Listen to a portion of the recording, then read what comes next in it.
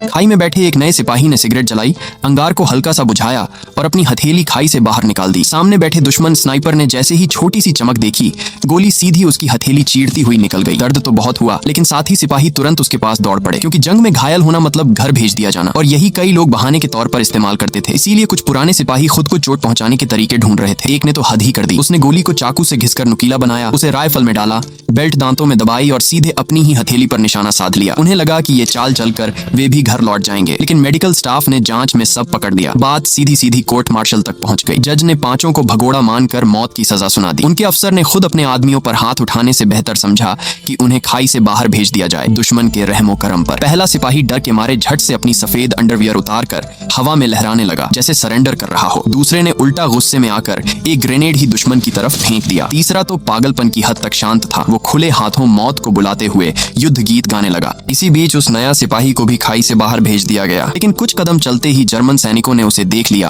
और एक गोली उसके पेट में जा धंसी। किस्मत से वहां एक अनुभवी सिपाही आ पहुंचा, वही जो 5 भगोड़ों में से एक था। उसने तुरंत मैनिक का नेम टैग उतारा, उसके बदले किसी दूसरे सैनिक वाला लगा दिया और उसे कंधे पर उठाकर फील्ड हॉस्पिटल ले गया। तभी बाहर अचानक धमाके होने लगे। जर्मन सेना ने अस्पताल को उड़ा दिया। अस्पताल की छत में एक बड़ा शेल आ फंसा था और एक नर्स गलती से हाइड्रोजन ब्लिम्प की लीवर छू बैठी। ब्लिम्प धीरे धीरे उस शेल की ओर बढ़ने लगा। सबके चेहरों पर दहशत साफ थी और लोग जान बचाने को बाहर भागने लगे। उसी पल वो अनुभवी सिपाही तेजी से स्टील स्टोरेज में घुसा, दरवाजा बंद किया और रबर की चादरों के ढेर में छिप गया। अगले ही सेकंड ब्लिम्प शेल से छू गया, पिन दब गया और हाइड्रोजन का भयानक धमाका पूरे अस्पताल को उड़ा ले गया। किसी चमत्कार की तरह वो सिपाही बच गया, लेकिन मैनिक को सिर पर लगी चोट के कारण सब याददाश्त चली गई। उसे एक बूढ़ी औरत ने घर ले जाकर अपना बेटा बना लिया। कुछ ही समय बाद उसकी मंगेतर उसे ढूंढते ढूंढते वहां पहुंची। जैसे ही दोनों की नजरें मिली, लड़की की आंखों से खुशी के आंसू बहने लगे। आखिर उसे उसका प्यार मिल ही गया।